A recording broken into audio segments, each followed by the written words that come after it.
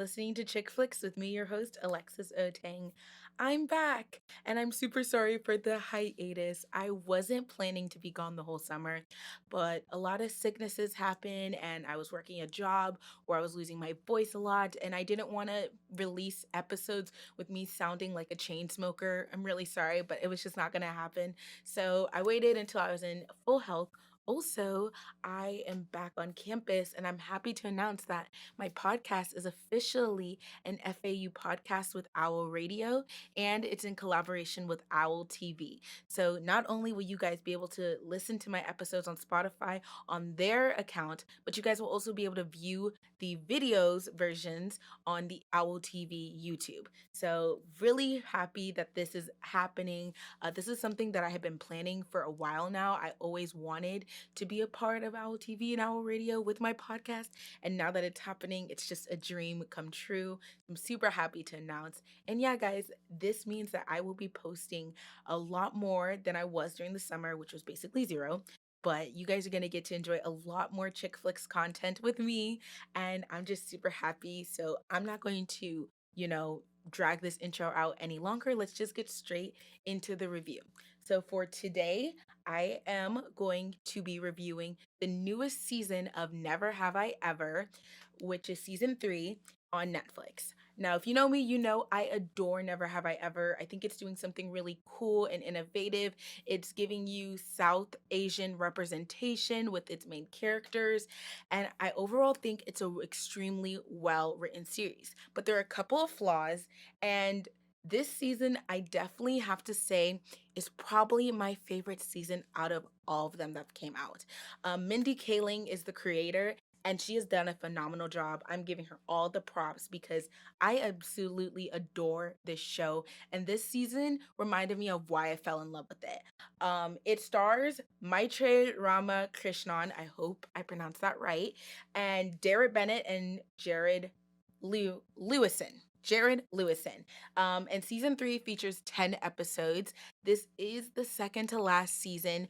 Next year, when they come out with season 4, it will be the last one. So we're, getting to the end of this journey. And all I can say is, Mindy Kaling, you did that. This season is phenomenal. But there are a couple of things I do want to hit. I overall loved it. So to make this review short, if you just wanted to hear if I like it, I love it. It's a great season. You really should go watch it, but don't take my word for it alone. Listen to this full in-depth review. So, this season starts at the aftermath of Davy and Paxton's new relationship. They just made it official at the school dance, and now they are debuting at the school. And this season really focuses on Davy and her friends navigating new relationships and kind of having to prepare for their imminent future. Some of them are graduating this season, and some of them will be graduating next season. So it's time for them to think about what they're going to do with their life, what's the next step, and what the next year is going to look like for them. Now, the season debuted with a 95% Rotten Tomatoes score, but does it deserve this high rating? Of course it does. You guys already know that. But let's delve in, starting off with the characters. Davy, as she's the main character. Let me just say, this is my favorite version of Davy today. She legit has grown so much from our rash, decision making that she used to do in season 1. For her explosive nature, she truly has matured, and this season features a lot of character development across the board, which I adore. One thing about me is I feel like your characters should not be stagnant in any show, in any movie franchise.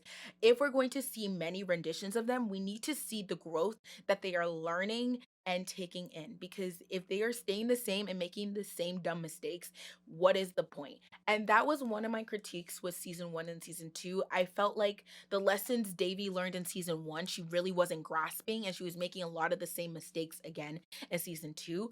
But this season is a totally new Davy. She is such an amazing character. She's well written. She's flawed, which I like. A lot of times in these teen shows, they don't make the characters as flawed as they really need to be. I mean, speaking as a teenager, we are not perfect. And I feel as if they don't make as dumb mistakes as I feel like we make in our actual lives. So Davy feels 100% relatable, a little bit too relatable sometimes. Like some of the things she's doing, I'm like, girl, you would never catch me. But I liked that she is super flawed. And because she is more flawed than I guess we've seen other main character teen shows, when it comes to like her growth, you really see it. Okay. Also, I don't think I said this ahead of time. This is a major spoiler warning because I'm gonna be delving deep into what happens this season. So if you haven't watched it, this is your chance to like click off now and go watch the series before you have to come back. But basically, this season, she starts off with her relationship with Paxton, and I honestly think she handles the relationship well. Does she have insecurities? Yes, but that's something Davy's gonna have to figure out on her own.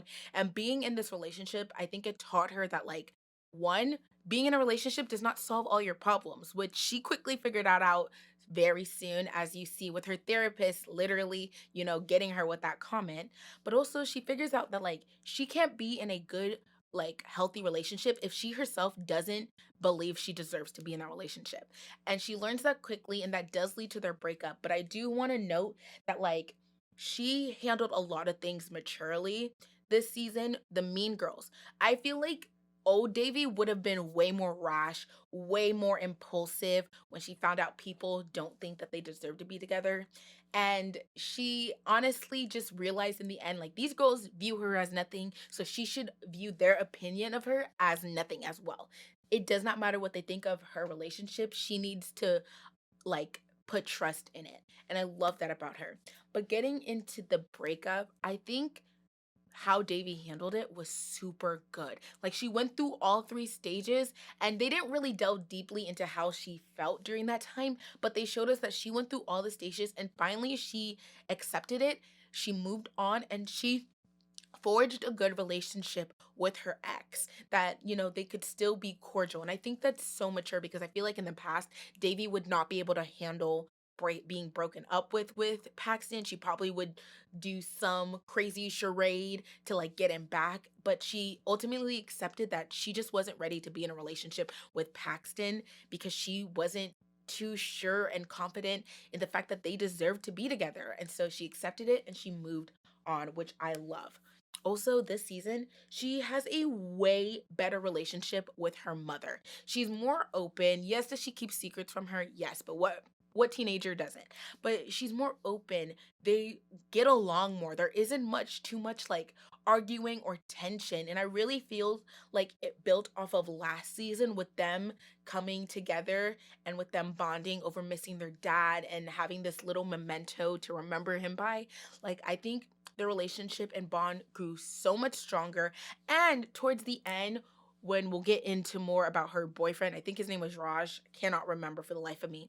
But when it comes to her new Indian boyfriend, her mom having her back and being like, my daughter's not broken. She went through something that I don't think any of us could handle. And she has been a fighter. And being there for Davy, understanding her, approving of her, like it just showed so much growth between her mother, Davy herself, and their relationship as a whole. So bravo, I absolutely loved it and I'm super happy that we got to see some growth from her. Like I was worried we would never get out of this like rash impulsive decision making of Davy, but I was proved wrong.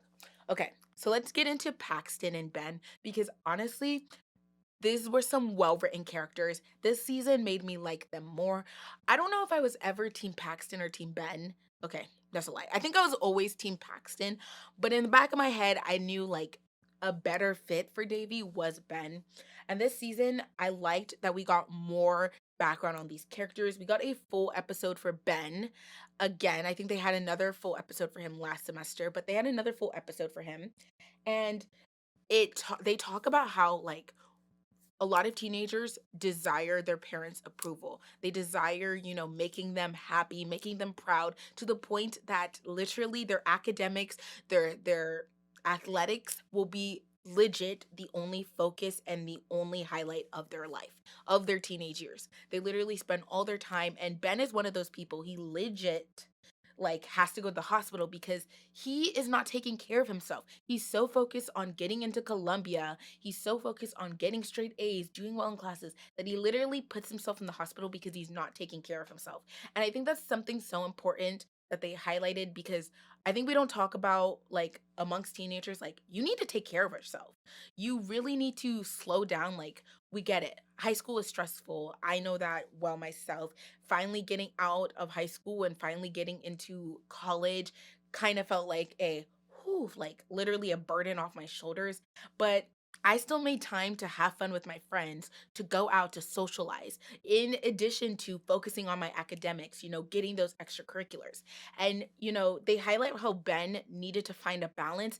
And not only did they highlight that, they showed him taking those strides and steps with his episode and either the episodes after, with him taking art instead of another AP class, and him really trying to understand it and use it as a way of relieving stress and getting his emotions out. Another thing they did with Ben that I adored is he gained friends, but it wasn't just like any friends, but it was other male friends. That's something he lacked a lot. He was much of a loner. He was much of somebody who, if he did hang out with people, it was Davy and her friends. And it highlights how, like, every person needs friends of all kinds, but like, as a female, it's important to have other female friends that you can go to, that you can relate to on certain topics that your male counterparts will just not understand. Same thing for guys. Having being able to understand things that um just they can bond over that girls will understand is important. And he made strides in kind of connecting the bridge with him and Paxton, realizing they're not really different, that they have a lot more in common, and maybe that's why Davy was into them both. That they have their strengths and their weaknesses that makes them individualistic and unique. So I adored what they did with Ben's character, and I honestly like they did it. They made me team Ben. I honestly think that her and Ben are a great couple. Now, were they better than her Indian boyfriend Raj? We'll get into that. Also, if that's not his name, I'm so mad at myself, but legit, I can't remember his name. I forgot to put in my notes, but I'm just gonna call him Raj. If that's not his name, come for me in the comments. Come for me in the comments. Okay, let's get into Paxton. This season, we saw him fully immersed into the himbo role, but not as dumb, I guess. He's not shallow or superficial as he used to be. He really learned valuable lessons in the fact that, like, relationships should challenge you. If you are not, and sometimes it's good to be with somebody who is very much the opposite of you. He dated a girl after they break up with Davy. He dated a girl who was what he thought his ideal girl was, which was super pretty, liked to party, was kind of like him. And he found that their relationship was super shallow. There was no depth to it. And he kind of started comparing it to Davy. Like maybe they didn't have a lot in common. Maybe they had a lot of bumps in the road, but there was something deep to that relationship. And it was the fact that she challenged him, she pushed him out of his comfort zone, and she made him a better person. I forgot to highlight this with Davy, but does anybody remember how she legit handled that troll? And when she found out that it was really a girl who was just hurt by Paxton, who wanted to warn her, she pushed Paxton to legit apologize and own up to his mistakes. And maybe it kind of snowballed into something that she didn't expect or didn't want, but that was the most mature thing she could do. And she really did help Paxton become a better person and kind of like clean up his past mistakes. So I love that whole arc with him. He forged a friendship with Ben. He and Davy came to an understanding and they're in a better place. And I think he still has feelings for her. So I don't know how it's going to end.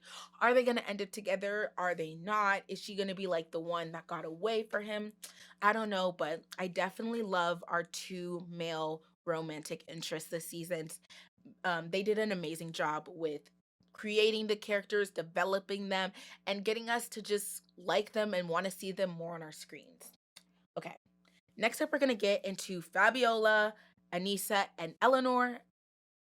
Okay, when it comes to Fabiola and Eleanor, sometimes I feel like the reason why Davy was so impulsive and rash before was because those girls were putting the battery in her pack and like sending her off the deep end. And then when things got out of hands, they were like, you're being a bad friend. You are causing a lot of messes. Because even Eleanor explained it herself. Like, they were the ones who kind of pushed her into two timing um, Ben and Paxton. And they're kind of the ones who are constantly getting her into these shenanigans. And then, like, Davy takes the wheel and goes out of control, and she gets the blame because you saw she really did want to handle the troll by not engaging with them. She wanted to do right by Paxton. She wanted to listen, but her friends continue to egg it on, continue to be like, no, no, no, you need to see. And so I feel like they get her in trouble a lot. But I think this season, Davy is better at like seeing what her friends are kind of doing and not taking it and running and going off the deep end, but handling it like she still gets led into a little bit of shenanigans, but she's handling it a lot better. But these three also learned that you can't just use a relationship as a band-aid. I feel like everybody learned that. Like everyone was jumping into these relationships without realizing like, are we compatible? Is this like something that like I really want, or am I in the right headspace for this? And am I like okay enough to be able to be secure in this? And a lot of them had to answer that question and realize that the answer was no, that maybe being in a relationship with somebody who's long distance isn't for me. That's what Fabiola learned. And Davy learned that maybe being with the guy that I've dreamed of being for all of my middle school and high school years combined isn't what I thought it to be. And Anissa and Ben learned that maybe you need something a bit more than just liking each other, being attracted to each other to make a relationship work. And I think that was super important because I think this day and age, we have this idealistic view of how relationships would be. That if we just get into a relationship, we're going to be happy, all of our problems are going to be solved. Newsflash, that's legit not how it works. And they all learned that and they all went on their own little journeys. I liked that Anissa learned that, like, jumping from one relationship into another is usually never the best solution for a broken heart. And it's usually you just trying to rebound. But it did give them a chance to delve into how, like, sexuality is a spectrum too. I think Anissa probably for a long time always thought she was straight, but then connecting with Fabiola on a level that she never did before with Ben kind of opened her eyes to the possibility that she might be able to be in a relationship with another girl. And I think that was really cool, very inclusive of them, but also it did kind of open up her eyes that, like, did I jump into this too quickly? Was somebody just giving me attention and I wanted it? And I used that as the foundation of a relationship, which is never a good foundation. And it made her answer those questions. And ultimately, she and Fabiola realized, like, while we did have something in the beginning, I think it was something short fleeting, and like this is just not a relationship I think both of us would be 100% in. And so they set part, and they also learned that sometimes being in a relationship with your friends is convenient, but it's not really the best thing. So I really liked what they did with Anissa. I like what they did with Eleanor too. She finally got in a relationship after a good relationship. And, she made mistakes. She owned up to them. They went through their obstacles and they got better. They worked through them. Her and Trent are honestly a cute couple, and I'm rooting for them to finish in the final season. So I liked what they did with her story arc. And also Fabiola breaking up, getting into a new relationship, realizing that's not what she wants, and then finding somebody who truly connects with her on all bases, where she doesn't feel miles apart from them, which I feel like is something she struggled with because with Eve, she always felt like she was never cool enough for Eve. And then with Anissa, there was just that spark and chemistry missing. And then she finally found it in her new girlfriend. So I'm just all around. I feel like this was a really happy season at the end of the day. Like everybody was just growing and getting everything they wanted out of like their development. And I love it. So yeah, that's gonna it for her friends. But I think this season was perhaps my favorite version of them.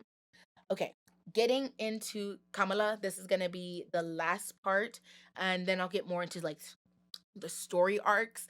But Kamala, I loved her this season. I loved everyone this season. I know I'm saying that, but I just loved everyone. But specifically because she shows that, like, if you're a young adult, you do not need to be rushing into marriage, into settling down, into, building your life and your career. Legit, take a chill pill. Like, I think people have heard this now, but like there's this video going around on TikTok where the girl is basically like, you ever seen in Friends, like you realize like they don't start getting married until their 30s. They don't start buying a house and moving out with the roommates until their 30s. And literally like people are freaking out because they're not married by 25. Like you're just literally in the only in season 2 of Friends. You guys seen that video? I adore that because this is literally like the character embodiment of that whole kind of, I guess, lesson. Kamala is young. She is in her mid to late 20s and she's still not ready to be married.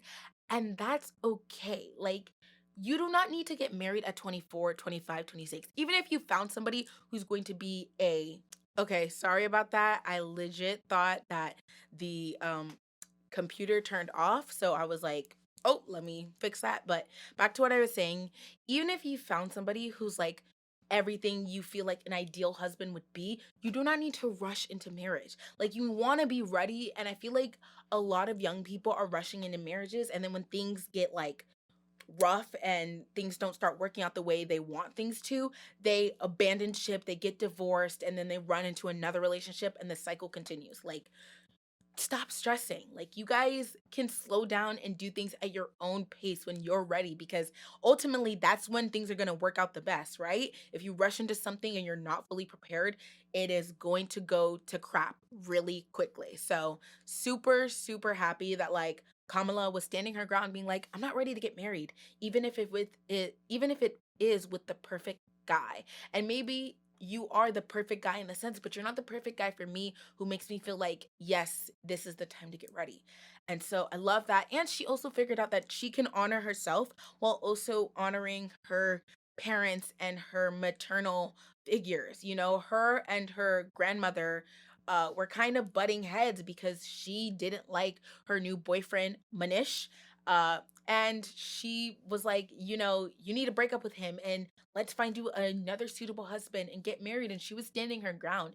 And they kind of came to a resolution with each other. Like, you know, I will event maybe I might not get married. Maybe I will, but I will do it on my own terms. And I promise you it's gonna be somebody that you will be happy to call your grandson. Or your grandson-in-law. So yeah, I like what they did with her character, and I also like how they highlighted like marriage is not for everybody. Maybe Kamala doesn't want to get married at all. That's okay. Some people live their whole life never being married. They live a fulfilling life. They live a life with a partner and they just never got married. It's not something you need. And I feel like society specifically tells women that you need to get married. But for some of you out there, for some of us, marriage is not what we want. It's not our ideal happy ending, and that's perfectly fine. Okay, so let's now delve away more from the characters and more on the writing. I think this was the best season because the storylines were on point every single time. They highlighted that Davy got everything she wanted and realized like that does not solve everything. You are just going to get a lot more complex in these problems. Like these problems are just going to become a lot more complex. I loved that they paired her up with another South Asian character. Like we don't really see a lot of South Asian relationships where both of them are South Asian.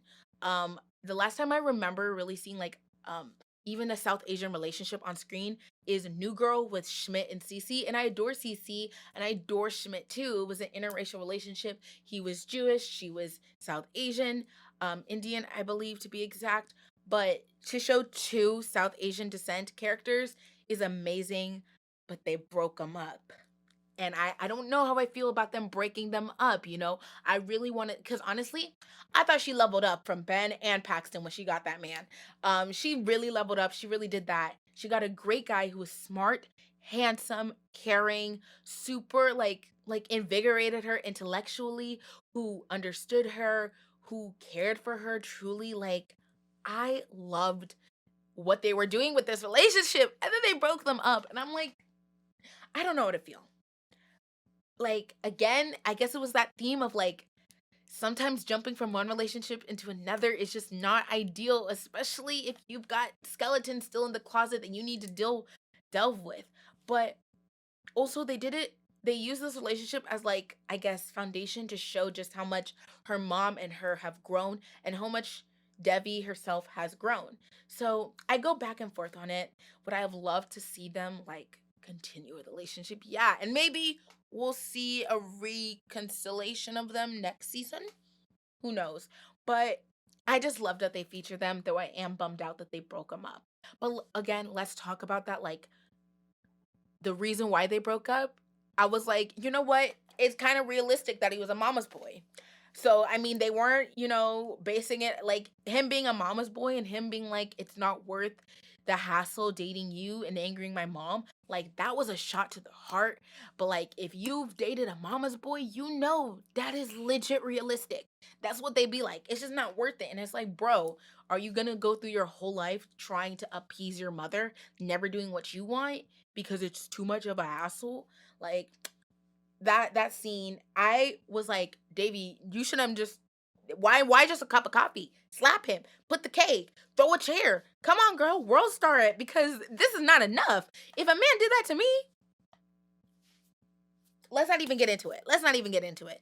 But definitely I was like, I'm with you on being hurt, as she was justified in every reason. Um And yeah, like they also broke a lot of stereotypes with this couple. They showed them being smart, both being beautiful, both being very capable, having many talents. And honestly, that scene where he read her to filth at the party about her stereotyping him, I loved it. I'm Team Davy always. Team Davy in this house. But he read her to filth. He read her, and he had every right to. But yeah, like what can I get about this writing? They hit every single thing. And my big thing, I said this early in the video, is character development. But this kind of will dive into what they're going to do in the future seasons because I'm like, this is the best season, and I don't know if they're going to be able to top this. But here's one thing that's definitely going to work against them if they do this. And that is throwing out all this character development for some stupid plot line. If you've been listening to this podcast and my episodes for a while, you know I hate when they sacrifice character development for a stupid, flimsy plot line that goes nowhere. So if they want this to be season 4 to be even better, because it is the last season and it's the finale, do not throw away this growth, especially because you ended on such a beautiful note with Davy wanting to stay, realizing like how special and how like lucky she is to have a mom as fierce and as caring as her mother, and like going into just trying to appreciate and cherish her because she doesn't have much more time. And honestly teared me up because like I'm at that point now where I moved out. I'm going to start like becoming further and further less and less attached to my parents, less and less having to like rely on them. And it hit a chord because honestly, I wish I had one more year too. I wish I had one more year where I got to, just be my parents' daughter, rely on them for everything, go to them for everything, which I still can, but like in a way that you do when you are still under 18 and still a young teen. So I think they nailed it right on the head. And I'm excited to see where these storylines go, where this love triangle goes, because they ended it with Davy and Ben losing their V card to each other. So, or at least that's what we think. I feel like the next season is going to open up with them not even going through with it because they were so awkward. That'd be something I literally expect, but I think they lost their V cards to each other. But yeah, I wonder, is this love octagon going to finally go to a straight line? Like, Davy to whatever guy she does end up choosing, because I would like that. I don't want season 4 to literally end with oh, who does she get with? You decide in the end. Nope, y'all need to come to a legit ending. But yeah, I think they have a great foundation to end on. If they continue this momentum, if they continue to write at this pace, to create storylines and arcs and development at this level and standard, season 4 will definitely be amazing and a great end to the series. And Mindy Kaling talked about how she feels as if like following them into their college years would just not do them justice. And I honestly agree. I believe if you listen to my hot takes video, I believe a good series should have 4 to 6 seasons maximum. Anything over is overkill, and it opens the door to possibly destroying development just for new and fresh storylines and characters. So I agree with her ending at season 4. It's had an amazing run and it hopefully will have one more great last lap. And that's pretty much for it on my in-depth review. So let's get to the answer. Is this season 3 of Never Have I Ever Chick Flicks approved? It is 100%. You need to go watch it. If you listen to this whole review and you haven't watched it, well, now you know a lot of the plot lines, and you can go and see if you can identify all the things I'm pointing out. Do you guys agree? I want to hear everything from you. So make sure you guys comment below on the video. Let me know everything you're thinking about, what you loved from this season. Please rate my podcast 5 stars if you loved it, if you love this episode. Subscribe on Spotify, subscribe on YouTube. Also follow FAU Owl TV, FAU Owl Radio for more updates on when I'm going to be releasing stuff, and follow at the ChickFlicks Show on Instagram, because that is where you can get all the information on where I am. We also have a TikTok by the same name, at the ChickFlicks Show, so follow us on there for some really fun and cool content. And this was a very, very long outro of me shouting out all my socials, but guys, we're pretty much done, and I'm back better than ever. And yeah, this is ChickFlicks. Hope you guys had a great time, and we'll see you out. This is Alexis signing off.